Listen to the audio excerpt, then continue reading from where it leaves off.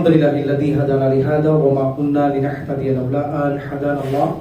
Asyhadu an la ilaha illallah wa asyhadu anna Muhammadan abduhu wa rasuluhu sallallahu alaihi wasallam. Assalamualaikum warahmatullahi taala wabarakatuh.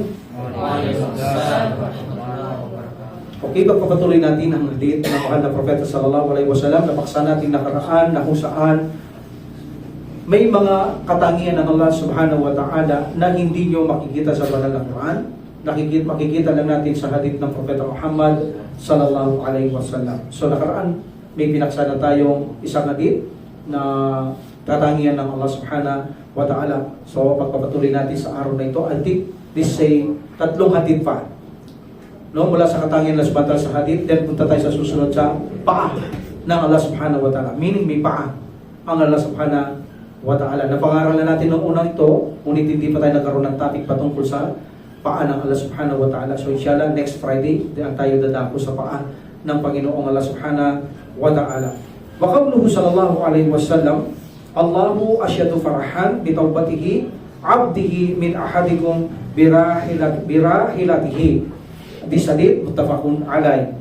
Ang Allah subhanahu wa ta'ala ay higit na naggagalak sa isang taong humihingi ng tawad sa kanya o sa isang alipin na humihingi ng tawad sa kanya kaysa sa isang taong may isang sasakyang kamelyo.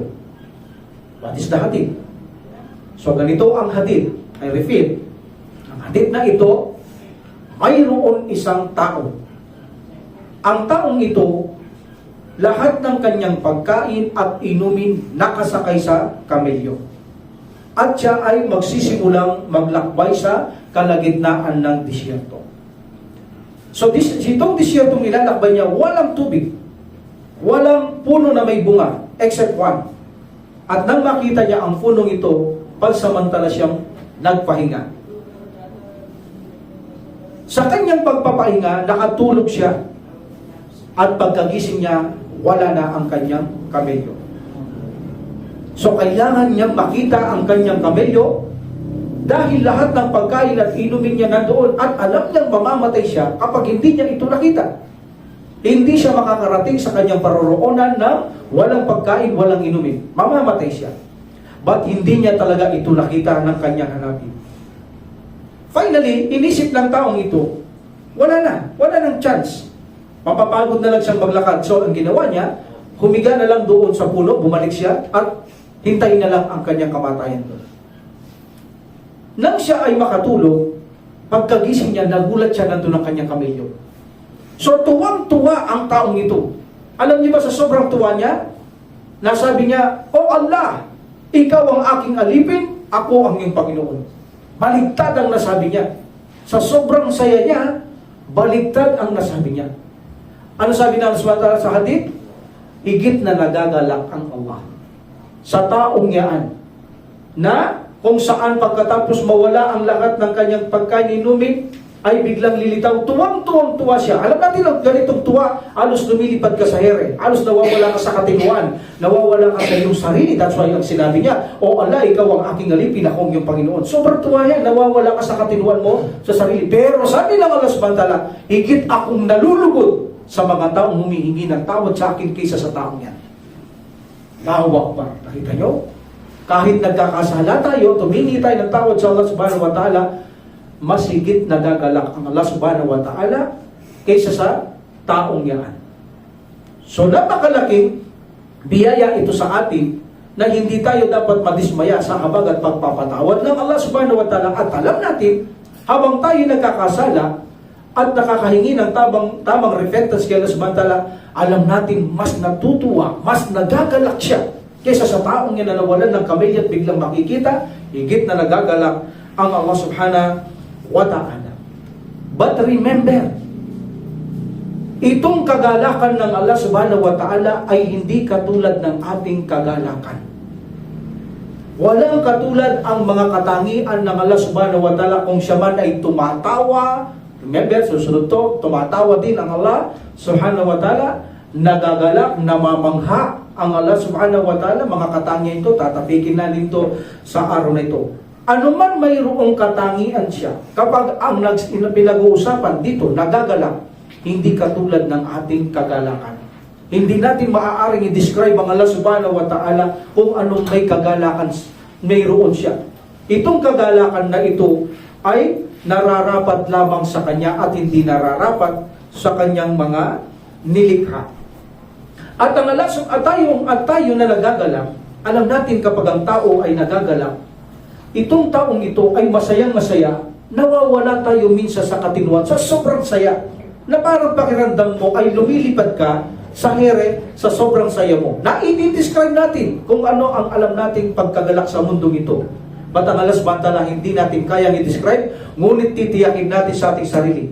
Ang kagalakan ng Allah subhanahu wa ta'ala ay higit na kung anong kagalakan ang ating nararamdaman at walang makakapantay sa kagalakan ng Allah subhanahu wa ta'ala. Hindi simpleng salita na sabihin natin ako'y nagagalak sa iyo kapatid. Hindi. Kapag ang Allah subhanahu wa ta'ala ay nagagalak, walang kapantay ang kagalakang ito ng Allah subhanahu wa ta'ala.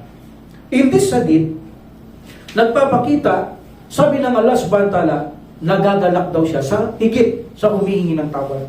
Ibig bang sabihin ang Allah subhanahu wa ta'ala ay kailangan niya ang mga humihingi ng tawad? Kung bakit ba siya nagagalak dahil humihingi ka ng tawad, dahil gustong-gusto niya na ikaw ay hihingi ng tawad, kailangan niya ba yun? No.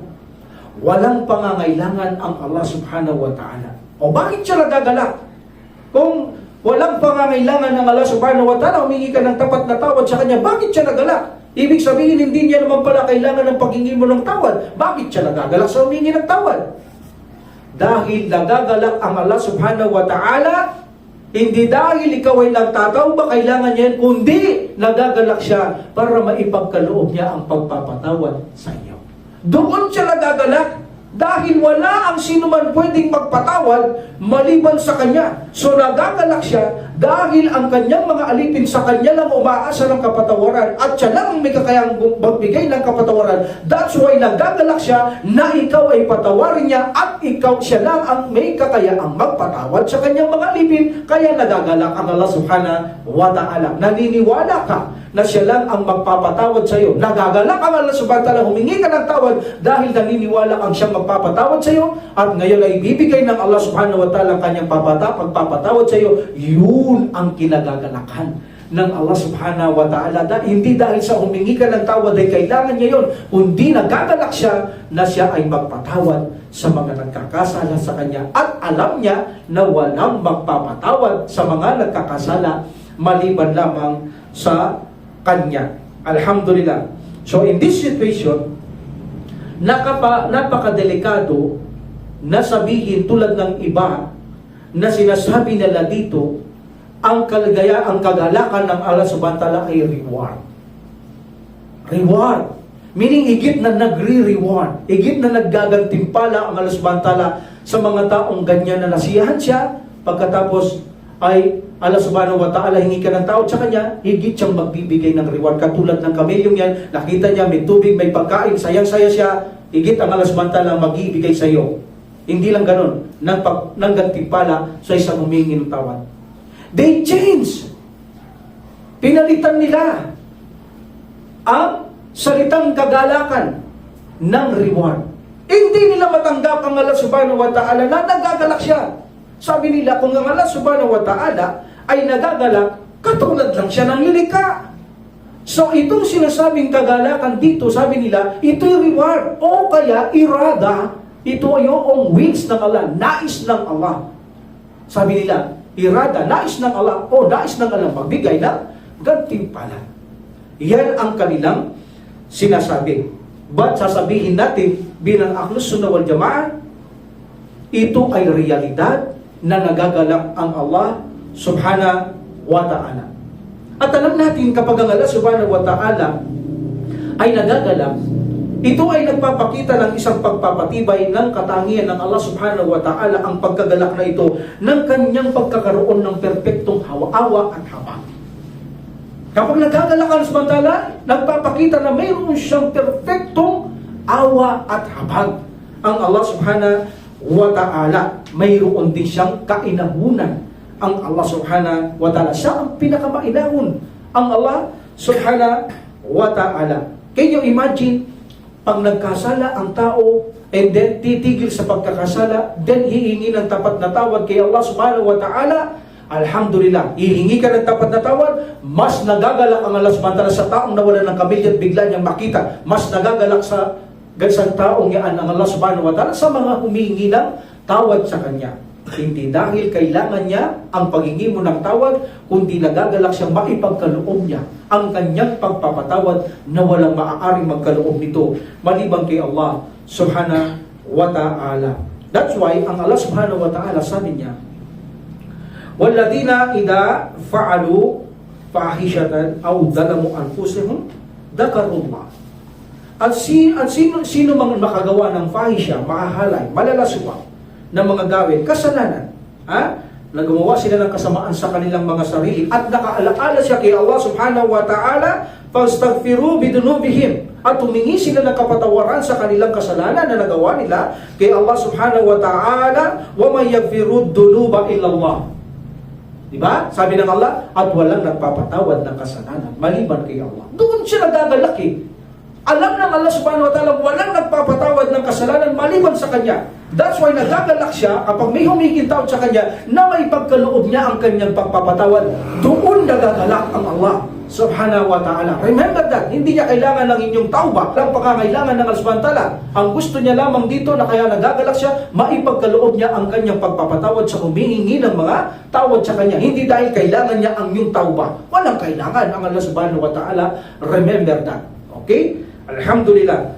Now, in this situation, alam natin na ang Allah subhanahu wa ta'ala ay nagagalak sa mga nagsisisi sa Kanya.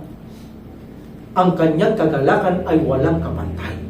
Lagi niyong tatandaan na ang Allah subhanahu wa ta'ala ay walang kapantay ang kagalakan ng Allah subhanahu wa ta'ala. But now, paano tayo hihingi ng tamang tawad? Hindi po pwedeng, hindi mo alam ang paghingi ng tawad. Nonsense yun. Ang paghingi ng tawad ay mayroong kondisyong, kapatid. Even na paulit-ulit tayo makagawa ng kasalanan dahil sa kahinaan natin o kalaban pa natin ang masaluluwa na mahilig sa masama, nandyan pa si Shaitan, nandyan pa ang dunya, even na nag-aaral ka na nag-aaral, sometimes magkakamali ka. Hindi maaaring maiwasan natin ang pagkakasala at pagkakamali. Pero pagka alam mo ang tawba, hindi mawawalan ng halaga ang mga tawba mong nakaraan. Hanggat marunong kang magtawba, hanggat marunong kang magsisi sa Allah subhanahu wa ta'ala ng tamang paghingi ng tawad sa Allah subhanahu wa ta'ala, tatanggapin niya ang ating pagsisisi. Kahit 70 times every day, 100 times every day tawba, tatanggapin niya ng Allah subhanahu wa ta'ala. Kaya lamang ang kondisyon, magaling kayo o marunong kayong humingi ng tawad kay Allah subhanahu wa ta'ala. Because Allah subhanahu wa ta'ala said, "Ya ayyuhalladina amanu tubu ilallah taubatan nasuha." O kayong mga mananampalataya, masipanumbalik kayo na may pagsisisi kay Allah ng taubatan nasuha, ng may matapat na pagsisisi. Matapat na pagsisisi. Ang kailangan, hindi pwede yung astagfirullah, nakikipagkwentuhan ka sa isang Muslim, astagfirullah, astagfirullah, astagfirullah, yaki, saan ka punta? Subhanallah. Para mo lang niloloko ang sarili mo kapag ka ganun. Hindi ganun ang paghingi ng tawad kay Allah subhanahu wa ta'ala. Unang-una, bago ka humingi ng tawad kay Allah subhanahu wa ta'ala, tanggapin mong nagkasala ka. Hindi ka nagmamataas, hihingi ka ng tawad, di mo tinatanggap na mali ka. Kailangan tatanggapin mo munang nagkasala ka. Yan ang unang kondisyon, tatanggapin mo. Pangalawa, magkakaroon ka ng intensyon na hihingi ka ng tawad kay Allah subhanahu wa ta'ala. Intensyon na kung saan sa Kanya ka lamang hihingi ng tawad. Okay? Meaning, itong paghingi mo ng tawad, hindi pa kitang tao. Gagawin mo lang to sa Kanya lamang. Mayroon kasing kunwari, hihingi ng tawad para sabihin, yan, palaging humihingi ng tawad ng taong yan, marinig mo madalas, astaghfirullah din ya Allah. So, meaning yung palang taong yun, kaya pinaririnig niya, nagpapakita lamang siya ng tao na para malaman, makita lang, religiyoso siyang tao. That's why, mali ang paghingi ng tawad. Okay? Mayroon tayong intensyon na kung saan hihingi ka lang ng tawad kay Allah subhanahu wa ta'ala nang walang pakitang tao. Matapat na pagsisisi para kay Allah subhanahu wa ta'ala. Number 3, agad-agad. Huwag kang magpapatay-patay sa paghingi ng tawad kay Allah subhanahu wa ta'ala. Baka madatnang kang kamatayan. Walang pinipili ang Allah subhanahu wa ta'ala na mamatay. Either nasa loob ng sinapupunan, nasa labas ng sinapupunan, bata, sanggol, o binata, dalaga, matanda, babae man lalaki, walang pinipili ang kamatayan pagdating kay Allah subhanahu wa ta'ala. That's why, agad-agad kapag nagkasala ka, agad-agad kang hihingi ng tawad kay Allah subhanahu wa ta'ala. And then, ihingi ka ng tawad kay Allah subhanahu wa ta'ala na kung saan ipinakikita mo sa iyong sarili mo para kay Allah subhanahu wa ta'ala galit na galit ka sa ginagawa mong pagkakamali. Meaning, muhing-muhi ka. Meaning, naaalala mo lang ginagawa mo, nananayo ang balahibo mo dahil sa galit mo sa sarili mo kung bakit mo ginawa ang maling yun. Hindi yung natutuwa ka. Hihingi ka ng tawad tapos tuwang-tuwa ka pa. Hindi yun paghingi ng tawad. Dapat, ikaw ay nagagalit, namumuhi sa iyong sarili, bakit mo ginagawa ang iyong mga ginagawang pagkakamali sa harapan ng ating Panginoong Allah subhanahu wa ta'ala. Nakakadama ka ng pagkahiya sa Kanya, pagkamuhi sa iyong sarili. Galit na galit ka sa sarili mo every time na maalala mong ginagawa mong mali. Yan ang matapat na paghingi ng tawad. And then, huwag mo nang uulitin ang iyong ginagawang mali. Mayroon kang intensyon. Hindi naman sasabihin natin hindi mo na mauulit yan. Gaano ka ba ka-perfecto? Meaning, mayroon kang intensyon na hindi mo na ito uulitin. Ngayon, dahil sa kailangan, gaya na sabi kanina, maulit natin, humingi tayo ulit ng tawad kay Allah subhanahu wa ta'ala at hindi mawawalang bisa ang unang paghingi natin ng tawad kay Allah subhanahu wa ta'ala. Yun lahat ay tatanggapin ng Allah subhanahu wa ta'ala. Meaning, kapag ikaw ay humingi ng tawad kay Allah subhanahu wa ta'ala, determinado ka na hindi mo na babalikan ang iyong ginagawang mali. Like for example, naninigarilyo ang isang Muslim. Nang ikaw ay mapagsabihan ng bawal ang sigarilyo, bawal ang alak, bawal ang sugal, hihingi ka ngayon ng tawad kay Allah subhanahu wa ta'ala na ikaw ay nagkamali, nagawa mo yan. Bagamat hindi mo pa alam, pardonable ka pa, bago ka ngayon, kunwari na, halimbawa, bago kang Muslim, no, pardonable ka, pero dahil ikaw ay sinseridad, humingi ka pa rin ng tawad kay Allah subhanahu wa ta'ala. Bakit mo nagawa ang mga maling yun? Nakakahiya kay Allah subhanahu wa ta'ala. So determinado ka ngayon na iiwanan mo yan. Kahit mahirap, kahit talamak ka sa droga, talamak ka sa sigarilyo, talamak ka sa alak, sa sugal, iiwanan mo yan dahil humingi ka na ng tawad kay Allah subhanahu wa ta'ala ng matapat na pagsisisi. Ganon ang humihingi ng tawad. Hindi yung hihingi ka ng tawad, plano mong gawin mamaya. Mamaya magtotongit sa mamaya. Pero humingi ka tawad, diyan na patawarin mo, nagsusugal ako. Pero mamaya, may plano ka magtongits o mag-inom ng alak, manigarilyo. Hindi tawba ang tawag dyan. Niloloko mo lang ang sarili mo sa ganyang paghingi ng tawad kay Allah subhanahu wa ta'ala. At remember, huwag ninyong hayaang dumating sa lalamunan ang kaluluwa o ang araw ay lumitaw doon kung saan lumulubog ang lahat ng pagsisisi at pagsasaksi ng tao. Pag ito ay dumating na, hindi na ito tatanggapin ng Allah subhanahu wa ta'ala. The Quran said, walaysa titawbatu lilladina ya'maluna sayyiati hatta idha hadara ahadahumul maut qala inni tubatul an. Ano sabi ng Allah subhanahu wa ta'ala? Walang epekto ang paghingi ng tawad kapag sila ay patuloy na gumagawa ng kasalanan hanggang ang pagdating ng kamatayan ay makaharap nila. Meaning, lulalabas na ang iyong kaluluwa, nakikita na ang another dimension, ibang daigdig, wala nang saysay ang paghingi ng tawad. Sabi ng Allah subhanahu wa ta'ala, sabihin mo, now tubatul an, now I repent ya Allah. Walang saysay yan. Dumating na ang kamatayan mo. Sabi ng Allah subhanahu wa ta'ala. So kaya mga kapatid ko sa pananampalataya, ito ang kondisyon ng kaperpektuhan ng paghingi natin ng tawad kay Allah subhanahu wa ta'ala. I repeat, tanggapin mong nagkasala ka para mawalang pride. Kasi pag hindi mo tinatanggap, brother, that's a bid'a. Huwag kang magmamataas. Bid'a ba to? Immediately, tanggapin mo na ito ay mali, kasalanan pala ito, bid'a pala ito. Then magkaroon ka ng intention, maghihingi ka ng tawad kay Allah subhanahu wa ta'ala nang walang pakitang tao. At ito ay agad-agad, hindi ka magpapatay-patay. Baka bigla kang kunin ni Allah subhanahu wa ta'ala. At ikaw ay galit na galit sa sarili mo kung bakit mo ginawa ang malingyaan at mayroong kang planong hindi mo na uulitin yan ang iyong ginagawang mali. Meaning, iiwanan mo na ito. Alhamdulillah. So, huwag tayong mawalan. Huwag madismaya. Huwag mawalan ng pag-asa sa awa, pagpapatawad, habag ng ating Panginoong Allah Subhanahu wa Ta'ala. Hindi yan mauubos. Ang kanyang pagpapatawad, hindi natin kayang ubusin. Hanggat tayo humihingi ng tawad kay Allah Subhanahu wa Ta'ala, may nakalaan siyang pagpapatawad sa lahat ng nagkakasala na humihingi ng pagpapatawad mula sa kanyang alipin ng Allah Subhanahu wa Ta'ala. Next hadith. Wa qawluhu sallallahu alaihi wasallam, yadhaqullahu ila rajulaini yaqtulu ahaduhuma al-akhar kilahuma yadkhulul jannah. Sabi ng Allah Subhanahu wa Ta'ala, sinabi ng Prophet sallallahu alaihi wasallam, sinabi ng Prophet sallallahu alaihi wasallam, ang Allah Subhanahu wa Ta'ala ay tumawa. Allahu Akbar. Ayun nyo lang malalaman yung mga ganyang katangian na sumatal, tumatawa rin pala ang Allah Subhanahu wa Ta'ala. Kaya nga iba, hindi matatanggap to. Ang Allah Subhanahu wa Ta'ala ay tumawa, hindi nagalak, tumawa, laugh. Okay? Tumawa ang yadhaku, from dahaka yadhaku. Yadhakullah. Allah Subhanahu wa Ta'ala, laugh. Tumawa ang Panginoong Allah Subhanahu wa Ta'ala. Kanino? Sa dalawang tao. Ang isa sa kanila ay napatay, at ang isa sa kanila ay yaong pumatay. At kapwa sila, kilahuma. Sa isang hadith, yadkulanil jannah. Dito nakalagay yadkulul jannah. Yadkulanil jannah. So meaning silang dalawa ay nakapasok sa paraiso. Natawa, tumawa ang Allah Subhanahu wa Ta'ala. Buhay natin ang hadith. Ang hadith na ito ay nag-away ang dalawang tao. Isang Muslim, isang hindi Muslim. Ang Muslim, pinagtanggol niya ang kanyang karapatan laban sa hindi Muslim. Napatay ito ng hindi Muslim. That's why namatay siyang martir. Papasok siya sa paraiso.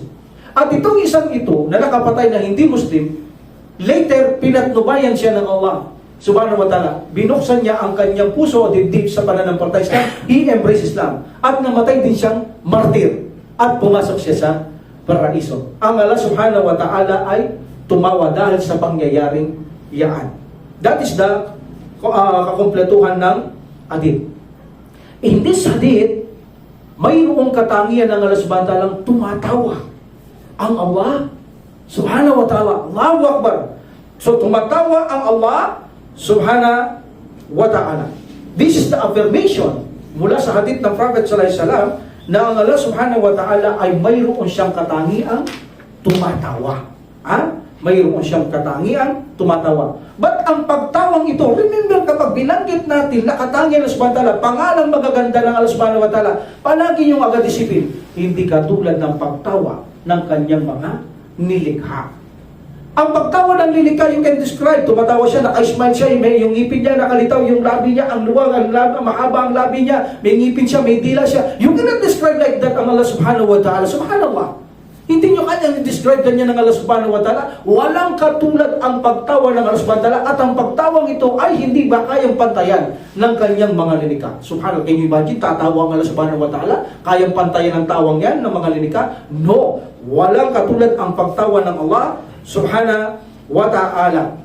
Ang sabi ng iba, kung tumatawa ang Allah Subhanahu wa Ta'ala, di katulad lang ng mga linika. No.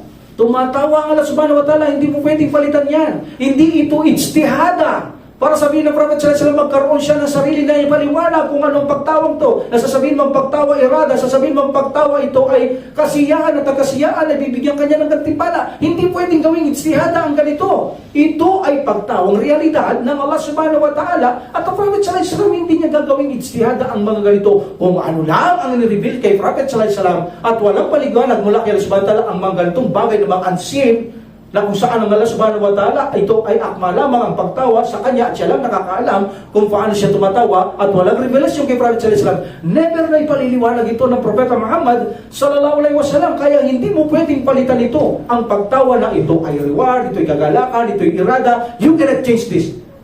Ang mga taong sumisira sa ganitong mga hadith o katangian ng Subhanahu wa Ta'ala, sinasabi nila kung ang Allah Subhanahu wa Ta'ala ay tumatawa, katulad lamang ng kanyang mga lilikha. Laysa kamitslihi shay. Walang katulad ang Allah Subhanahu wa Ta'ala. Mayroon siyang sarili. Ngunit hindi katulad ng kanyang lilikha. Malinaw sinasabi niya, mayroon akong mata o paningin. Yan, sinabi niya, may mata siya. Mayroon akong pandinig. Mayroon akong buka. Mayroon akong kamay. Mayroon akong paa. Pinaksala natin lahat ito except the foot. Sa susunod na Biyernes, So, sasabihin mo, hindi yan katangian ng Allah subhanahu wa ta'ala, iba ang ibig sabihin ng mga yaan. So no, hindi mo pwedeng palitan ito. So that's why, kung ano mayroon ng Allah subhanahu wa ta'ala, mayroon siyang sarili. But, hindi kamukha ng kanyang mga lilikha. Kung ano man mayroon siya sa kanyang sarili, hindi katulad ng anumang kanyang lilikha. Palaging sasabihin ng Allah subhanahu wa ta'ala, laysa kamithlihi shay. Wala kayong maitutulad sa kanya, kay Allah subhanahu wa ta'ala. Okay? Alhamdulillah.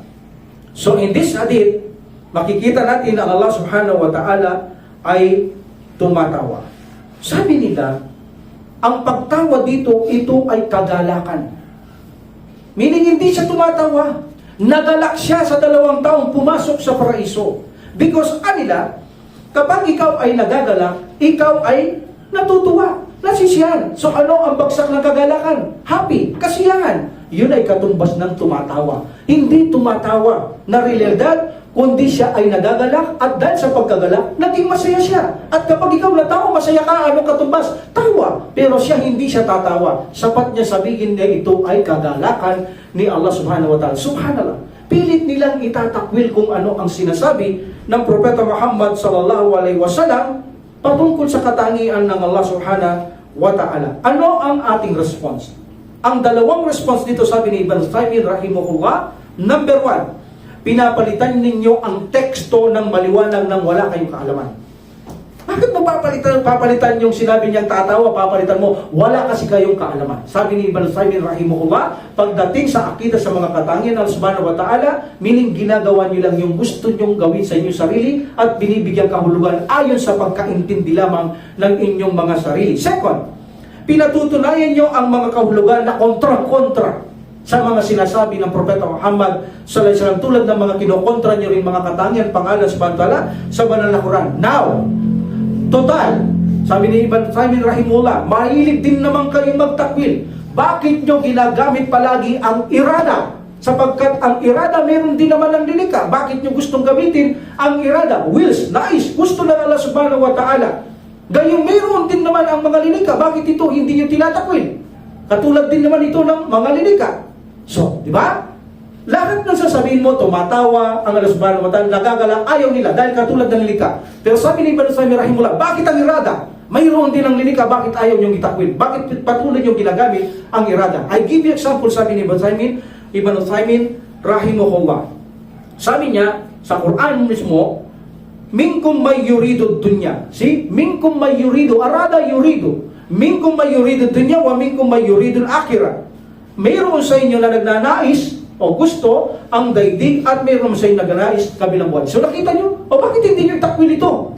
Sabi ni Ibn Taymiyyah rahimahullah, ba't hindi nyo palitan itong irada? Mayroon din dito ang mga lilikha, sabi ng subhanahu wa ta'ala, kayo. O bakit ito ginagamit nyo? Yung mga iba, tinatakwil nyo. Mayroon pa, sabi niya, ultimong pader. Mayroon ding arada. Irada ang pader, sabi Ibn Taymiyyah rahimahullah. Bakit pati pader may irada, hindi nyo rin takwil ito? Ayon from Quran, pawajada fiha jidaran. So this is pader. Jidaran. Yuridu an yankadda. Yuridu an yankadda. Ano ibig sabihin? Mayroon si Kidir. Nakita niya ito. Pader. Okay? Nakita niya ang pader, at ang pader ay nais niya, gusto niya na mag-collapse, bumagsak. See? Pati pader, sabi niya, may irada. O bakit ito hindi nyo itakwil, sabi niya? Mayroon din ng lilikha ng Allah subhanahu wa ta'ala, may buhay man o wala, may irada. Bakit ito hindi nyo takwil? Bakit ang mga yung tinatakwil nyo? Meaning, malinaw, sabi niya, na talagang lantarang gusto nyo lamang sirain ang mga katangian ng Allah subhanahu wa ta'ala. Gusto nyo lamang iligaw ang mga tao. Sabi ni Ibn Taymiyyah rahimahullah. Now, ang Allah subhanahu wa ta'ala ay tumatawa. So, samantalahin natin. Saan natuwa ang Allah subhanahu wa ta'ala? Sa magandang pangyayari. Pumasok ang isa, nakapatay, hindi Muslim, dahil nag-Muslim, ginabayan ng subhanahu wa ta'ala, dahil nakapasok sa magandang pangyayari, natutuwa ang Allah subhanahu wa ta'ala. Saan natuwa? Dahil doon ba sa nangyaring talagang yun ang kinatuwaan niya dahil pumasok sila? Hindi, natuwa siya dahil walang may kakayaang makagawa na makapasok ang dalawang ito maliban sa kanya. Meaning siya ang may kakayang nagawa nun. Kung di niya ginabayan, makakapasok ba yun? Di ginabayan siya, samantala ibig nakapatay siya ng Muslim, ginabayan niya, natutuwa siya, nakapasok silang dalawa sa paraiso dahil sa gusto ng samantala at mawala yung kanilang mga pagkamuhi sa bawat isa. Yun ang kinatuwa ng Allah. Nawala yung kanilang pagkamuhi sa bawat isa. Magkakaroon sila ng doong magandang parehong buhay. Sino ang gumawa? Ang Allah subhanahu wa ta'ala. Meaning natutuwa Allah subhanahu wa ta'ala na magagawa niya ang mga bagay na hindi kayang gawin ng sino mang kanyang mga nilikha. That's why natuwa ang Allah subhanahu wa ta'ala sa resulta na kanyang kaya lamang, kanyang may kakayang gawin at walang makakagawa ng kanyang kayang gustong gawin. Wala. Kaya ang Allah subhanahu wa ta'ala ay tumawa. Meaning nagawa niya ang bagay na siya lamang ang makakagawa na hindi kayang gawin ng kanyang mga nilikha. That's why ang susunod na hadith, sinabi ng Propeta Muhammad sallallahu alaihi wasallam, wa qawluhu Rasulullah sallallahu alaihi wasallam, ajiba rabbuna, ajiba it amazed, namangha, natin si ajiba. Ajiba rabbuna min kunuti ibadihi wa qurbi giyari. Yanduru ilaykum azilina, and then kanitin. Azilina kanitin, paliliwanag ko yan, insyaallah. And then fayadallu yadhaku ya'lamu anna farajakum qarib. Hadithun Hasan. Hasan ang natin. Anong ibig sabihin? Si Prophet sallallahu alaihi wasallam ay nagsabi, ang ating Panginoon ay namangha. Amazed, ajiba. Ajiba. And then ang ating Panginoon ay namangha sa kawalang pag-asa ng kanyang alipin. Dahil nawawalang pag-asa ang kanyang alipin, namangha daw ang Allah subhanahu wa ta'ala. At pagiging malapit ng kanyang pagbabago. Ito, pakinggan niyo mabuti ha. Ang ating Panginoon ay namangha sa kawalang pag-asa ng kanyang alipin at pagiging malapit ng kanyang pagbabago. Siya ay tinitingnan. Siya ay tumitingin sa iyo. Meaning ang Allah subhanahu wa ta'ala, siya ay tumitingin sa iyo sa matinding kawalang pag-asa, kaya siya'y patuloy na natutuwa. Ang daming katangian dito. Patuloy siyang natutuwa at nalalaman niya na ang iyong kaginawaan ay malapit na. Daming katangian dito sa hadith nito. Ang Allah subhanahu wa ta'ala. In this hadith, ang Allah subhanahu wa ta'ala ay namangha. Allahu Akbar. Mahirap to kung tutusin kapag di ka nag-aaral, mahirap to na unawahin.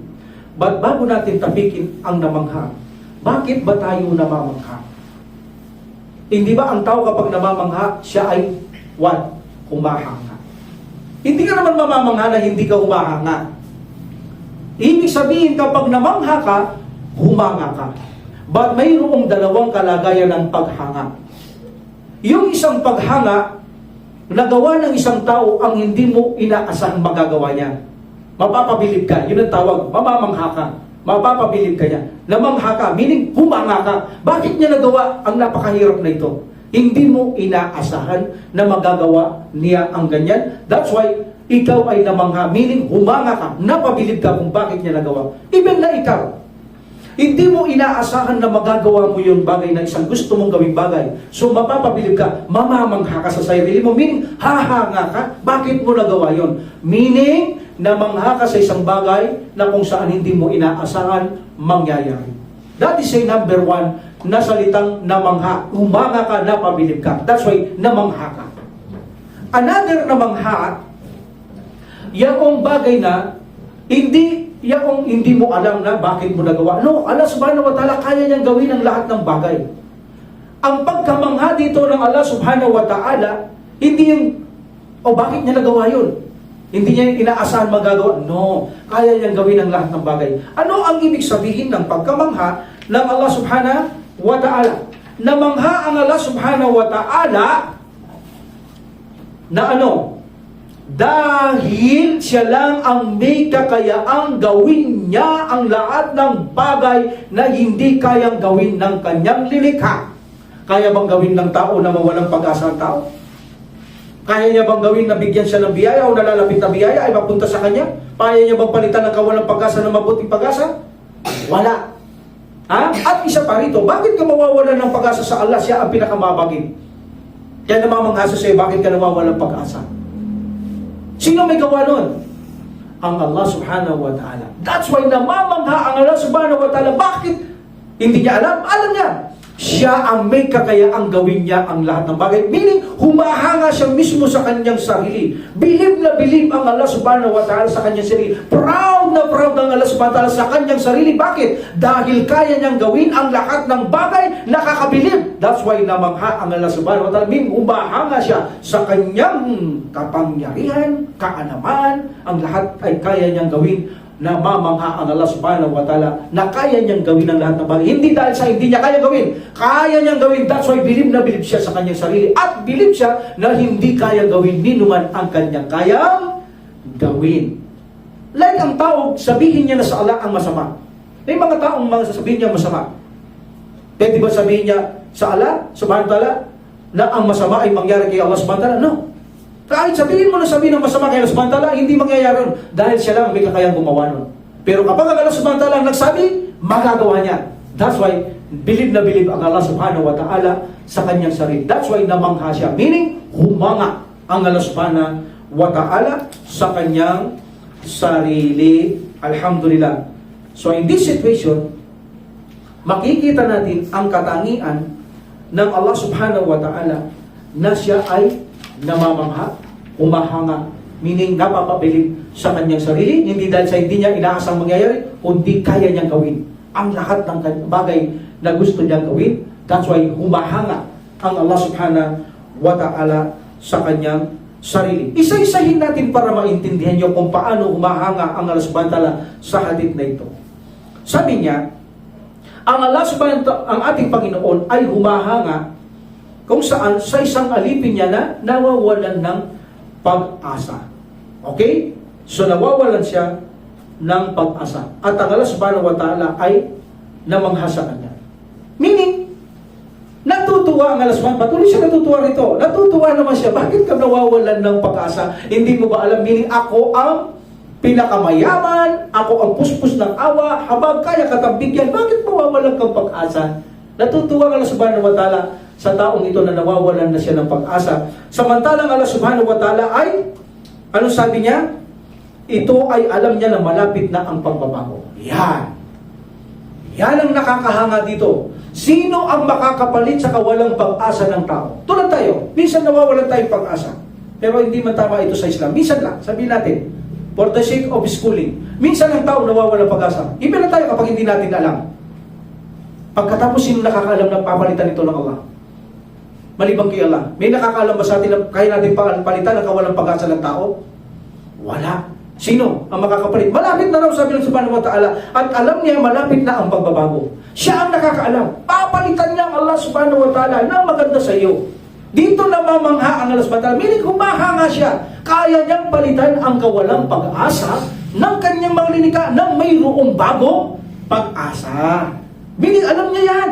Hindi sabihin na hindi niya alam kung bakit siya namangha dahil hindi niya alam ang isang bagay, bakit niya nagawa. No, alam niya yan, na magagawa niya yan, at bilib na bilib siya, proud na proud siya, dahil walang makakagawa niyan, maliban kay Allah subhanahu wa ta'ala.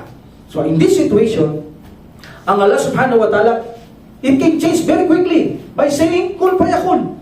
Tapos, ganon ka mangha-mangha.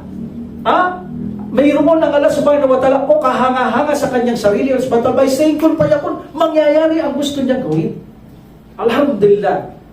And also, sa kanyang statement, patuloy siyang nakatingin sa iyo. Tinitignan ka niya, wala kang kapag-asa, walang ka ng pag-asa, patuloy kanyang tinitignan ng Allah subhanahu wa ta'ala. Meaning, may paningin. May mata ang Allah subhanahu wa ta'ala because nabanggit niya ang eyes. Ang dami sa eyes sa Quran. May sa hadith. May isang mata, masasabi natin may mata, ba't hindi katulad ng ating mata? Ang mata niya, lahat ng kanyang linika, nakikita niya. Kahit na saan ka magpunta, pati loob ng mga katawan ninyo, kahit lano, makikita niya. At patuloy siyang nakatingin ang Allah subhanahu wa ta'ala sa isang azil. Azilin, yung binasa natin kanina, at saka kanitin. Azil, yung nasa matindigang sitwasyon, difficult situation. Mahirap na sitwasyon. That is a azil. And the kanitin is the plural of kanit. Ang ibig sabihin naman ito ay nawawalan ka ng pag-asa. Pero, ang Allah subhanahu wa ta'ala tatanggalin niya ang kahirapang yan. That's why ang Allah subhanahu wa ta'ala, patuloy siyang tumatawa. Another katangian ito, tumatawa ang Allah subhanahu wa ta'ala. Okay? Patuloy siyang tumatawa ang Allah subhanahu wa ta'ala. Fayadullu yadhak. So patuloy na tumatawa ang Allah subhanahu wa ta'ala. Itong patuloy na pagtawa ng Allah subhanahu wa ta'ala, dahil ang taong nawawalan na ng pag-aasa sa sabi natin sa abang ng Allah subhanahu wa ta'ala at awa ng Allah subhanahu wa ta'ala, dahil alam niya na malapit na darating na sa iyo ang kaginawahan. Natutuwa ang Allah subhanahu wa ta'ala. Tumatawa ang subhanahu wa ta'ala dahil hindi mo alam.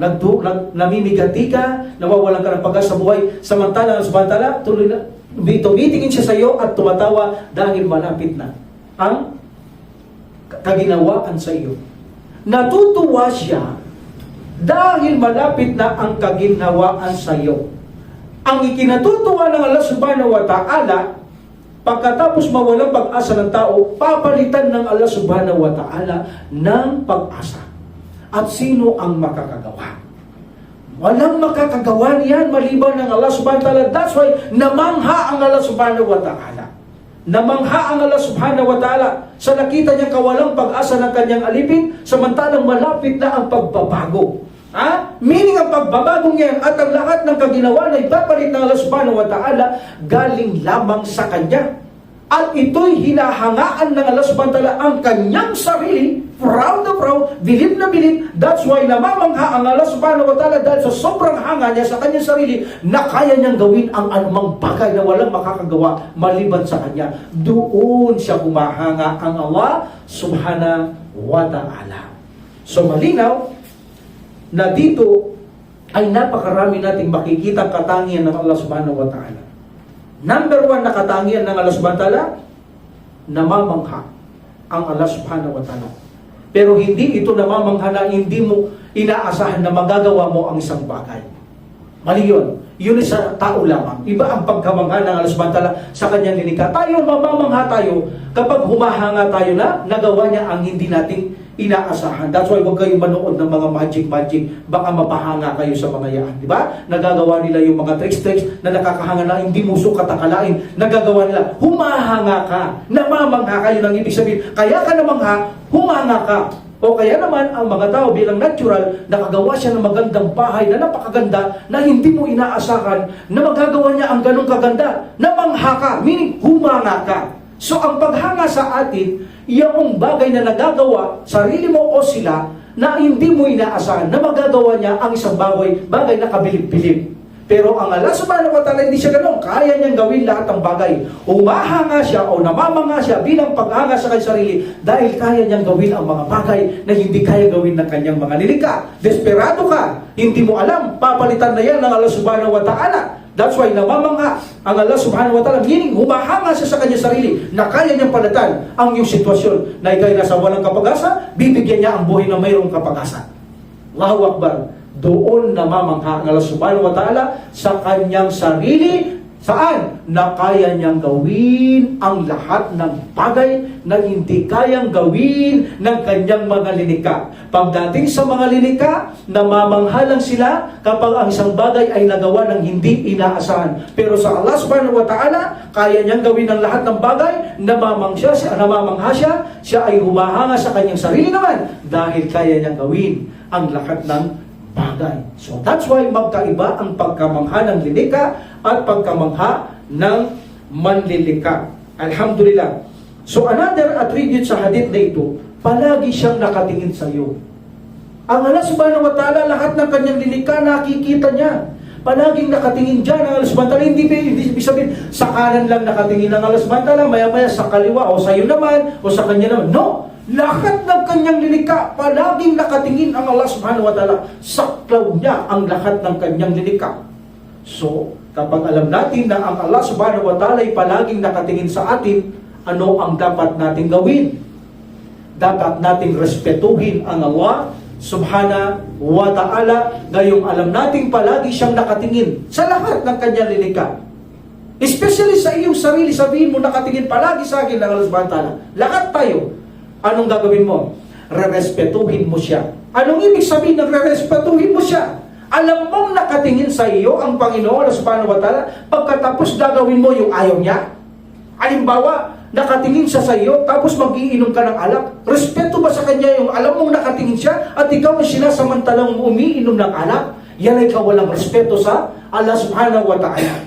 Kaya ang malaking benepisyo sa atin, kapag alam nating nakatingin ng Allah subhanahu wa ta'ala, matututo kang rumispeto sa Kanya. Gagamitin mo ito sa magandang kapakinabangan sa iyo. Na kung saan alam mong palagi nakatingin ng Allah subhanahu wa ta'ala, every time na gusto mong gumawang mali, at naalala mo makat nakatingin siya sa iyo, mahihiya kang gawin mo yung mali dahil re-respetuhin mo ang Allah subhanahu wa ta'ala. Ganon. At dadagdagan mo ang mabubuti mong gawa at ibada dahil nakatingin siya, gusto mo siyang mapatawa. Gusto mo siyang magalak. Ang Allah subhanahu wa ta'ala, tumatawa siya, gumagalak siya, ang Allah subhanahu wa ta'ala, namamangha siya. Gusto mo na ikaw, ginawa mo maraming ibada, nakatingin siya para matuwa siya sa iyo, para magalak siya sa iyo. Allahu Akbar. Ang Allah subhanahu wa ta'ala, at siya ay humanga. Humanga, hindi humanga sa iyo, humanga sa kanyang sarili na nakayanan niyang gawin na ikaw ay mag-ibada ng ibang ibada bilang pabor niya, biyaya niya sa iyo. Hindi yung humanga siya sa iyo, humanga siya sa kanyang sarili, namangha siya, meaning humanga siya sa kanyang sarili dahil sa kanyang kapahintulutan, nagawa niyang mag-ibada ka ng mag-ibada mula sa kanyang kapahintulutan. Yan ang malaking benepisyo. Kapag nababasa niyo ang Quran, sumantala na palagi, inna Allah alaykum raqiba, pag palagi niyo nababasa si Allah, palaging nakamasid sa inyo, nakatingin sa inyo, re-respetuhin niyo ang Allah subhanahu wa ta'ala. Naninigarilyo ka? Nakatingin ang Allah subhanahu wa ta'ala, itatapon mo ang sigarilyo. Nagdodroga ka? Nakatingin ang Allah subhanahu wa ta'ala, hindi ka magdodroga, naiiya ako, itataboy mo yan. Gagawa ka ng zina, gagawa ka ng fornication, adultery, nakatingin ang Allah subhanahu wa ta'ala, maaalala mo, hindi mo gagawin. Nakakahiya sa aking Panginoon, nakatingin sa akin ang aking Panginoon. That's why malaki ang kapakinabangan sa isang Muslim na palagi niya maalala ang kanyang Panginoon, na palaging nakatingin sa kanyang mga lilikha, especially sa iyo. Palagi mong isipin, nakatingin saan ka man naroon, nakatingin ang Allah subhanahu wa ta'ala. Also here, affirmation of laughing. Tumatawa siya. Patuloy siyang tumatawa. Dahil alam niya, malapit na ang kaginawahan mo. Papalitan na niya. Wala kang pag-asa sa buhay mo. Nakikita mo ito parang desperado ka sa buhay mo. Tuwang-tuwa naman ang alasbantala abang nakatingin siya dahil hindi mo alam, papalitan na niya ang iyong kawalang pag-asa ng bagong pag-asa.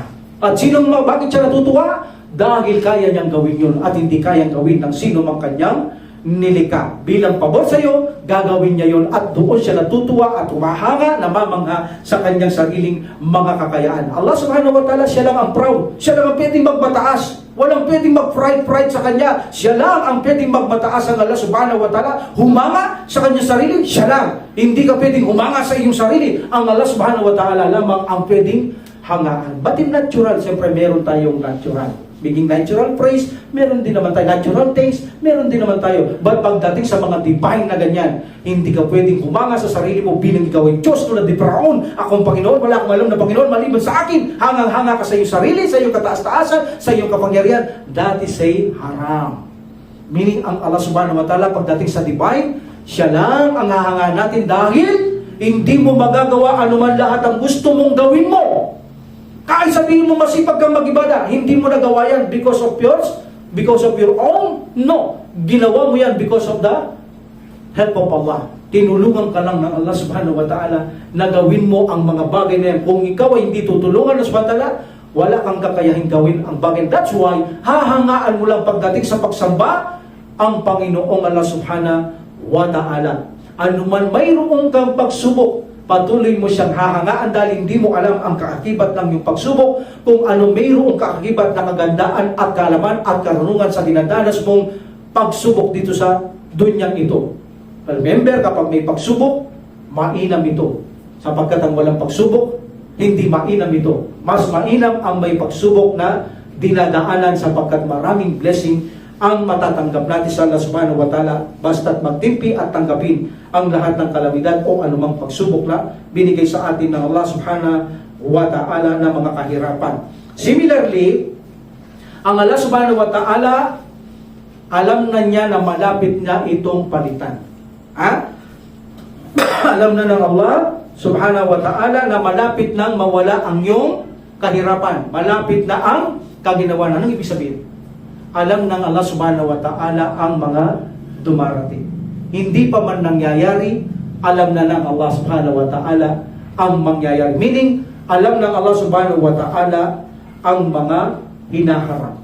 So meaning lahat tayo alam na ng Allah subhanahu wa ta'ala kung tayo ipapasok sa paraiso. Ibilang namatay ng Allah subhanahu wa ta'ala, amin. Alam niya na yan.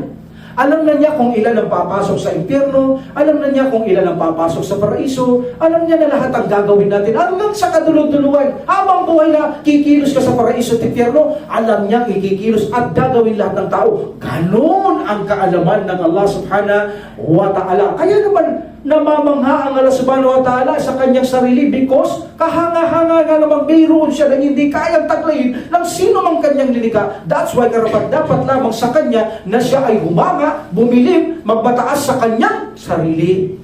Ang Allah subhanahu wa ta'ala. In this situation, the last benefits ng hadith, yung awa, habag ng Allah subhanahu wa ta'ala na kung saan ang isang Muslim kapag siya ay nawawalang pag-asa sa Allah subhanahu wa ta'ala, nakakagawa kayo ng major sin. Hindi kayo dapat madismaya kung ano man mayroong pagsubok kayo, kapatid. Sapagkat ang sino mang nawawalang pag-asa sa mga pagsubok ng Allah subhanahu wa ta'ala, na pakiramdam mo ay pinababayaan ka na ng iyong Panginoong Allah subhanahu wa ta'ala, nakakagawa kayo ng major sin, malaking kasalanan kay Allah subhanahu wa ta'ala. In ayaw Quran, okay?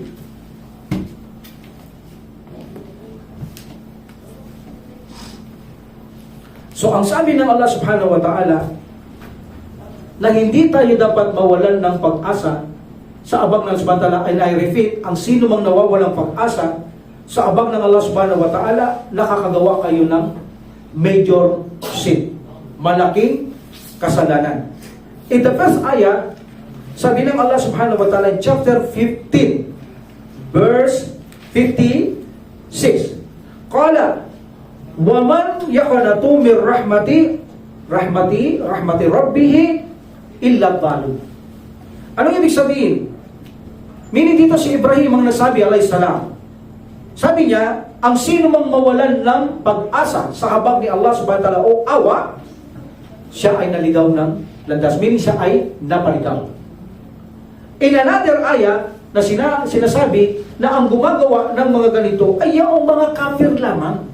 Yung nawawalan bang pag-asa, desperado sa buhay nila, hindi yung kubra sa Muslim. Ang Muslim, ano man ang mangyari, mabuti man masama, palagi niya itong tinatanggap at hindi siya nawawalan ng pag-asa sa awa at habag ng Allah subhanahu wa ta'ala. At ang istilong ito na nawawalan ng pag-asa at habag ang awa ng Allah subhanahu wa ta'ala ay estilo ito ng mga hindi mananampalataya. Like the saying of Allah subhanahu wa ta'ala in chapter 12, verse 87. Ito ang sabi ng Allah subhanahu wa ta'ala.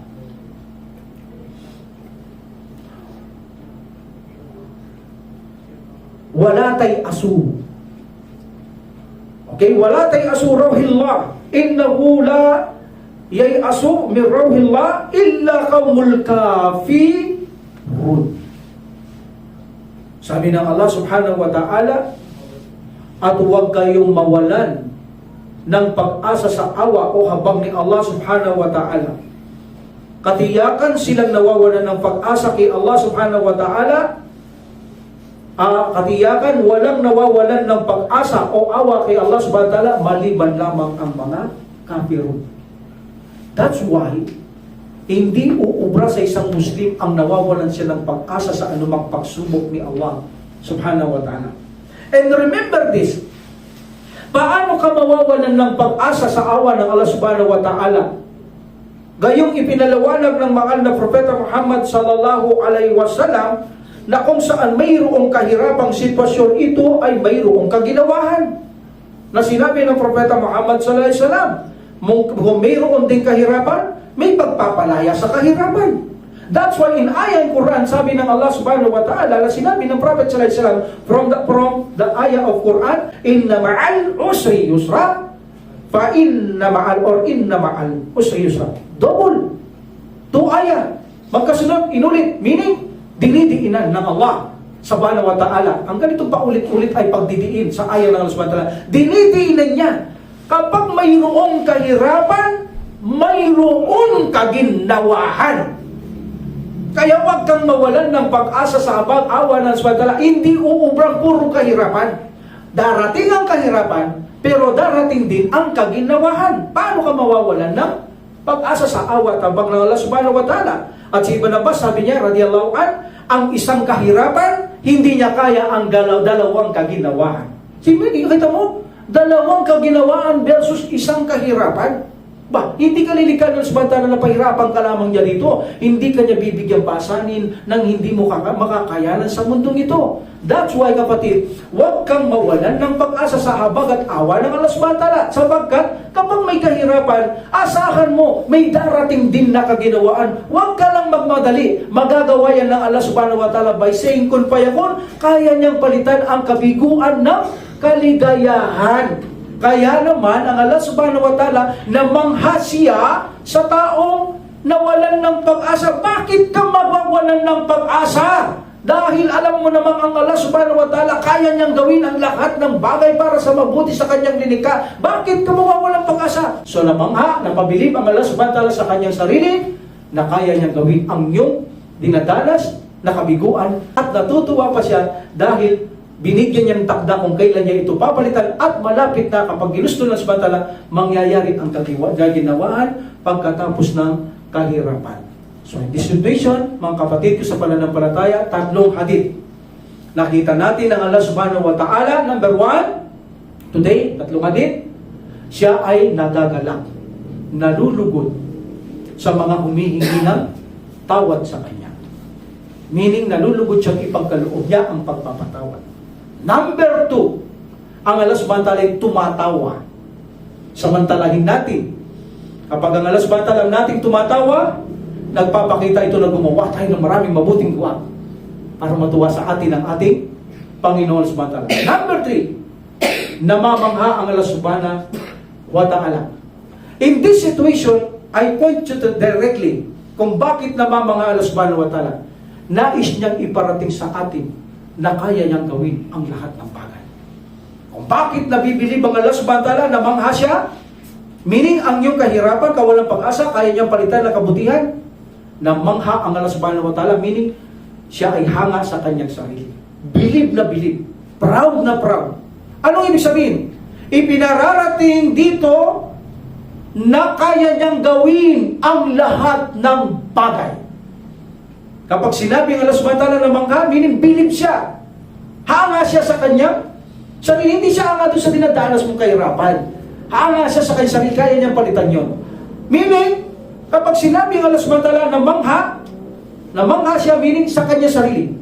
Okay? Meaning, hanga siya sa kanyang sarili. Hindi siya mangha dahil nangyari yung bagay na hindi inaasahan. No. Hanga siya sa kanyang sarili, namangha siya sa kanyang sarili. Dahil hanga siya, bilib siya sa kanyang sarili, na kaya niyang gawin ang lahat ng bagay. Tandaan niyo yan. Pag narinig niyo namangha siya, Allah Subhanahu wa Ta'ala, nagpapaabot ito sa atin na siya ang may kakayaang gawin ang lahat ng bagay. So inshallah, we will stop here. Masusunod, tatapuan natin ang paa ng Allah Subhanahu wa Ta'ala. Inshallah. Wa akhiru da'watina alhamdulillahi rabbil alamin wa salatu wa salamu ala rasulillah. Subhanaka Allahumma wa bihamdika asyhadu an la ilaha illa anta astaghfiruka wa atubu ilaik. Assalamualaikum warahmatullahi ta'ala wabarakatuh. Waalaikumsalam warahmatullahi wabarakatuh. Allah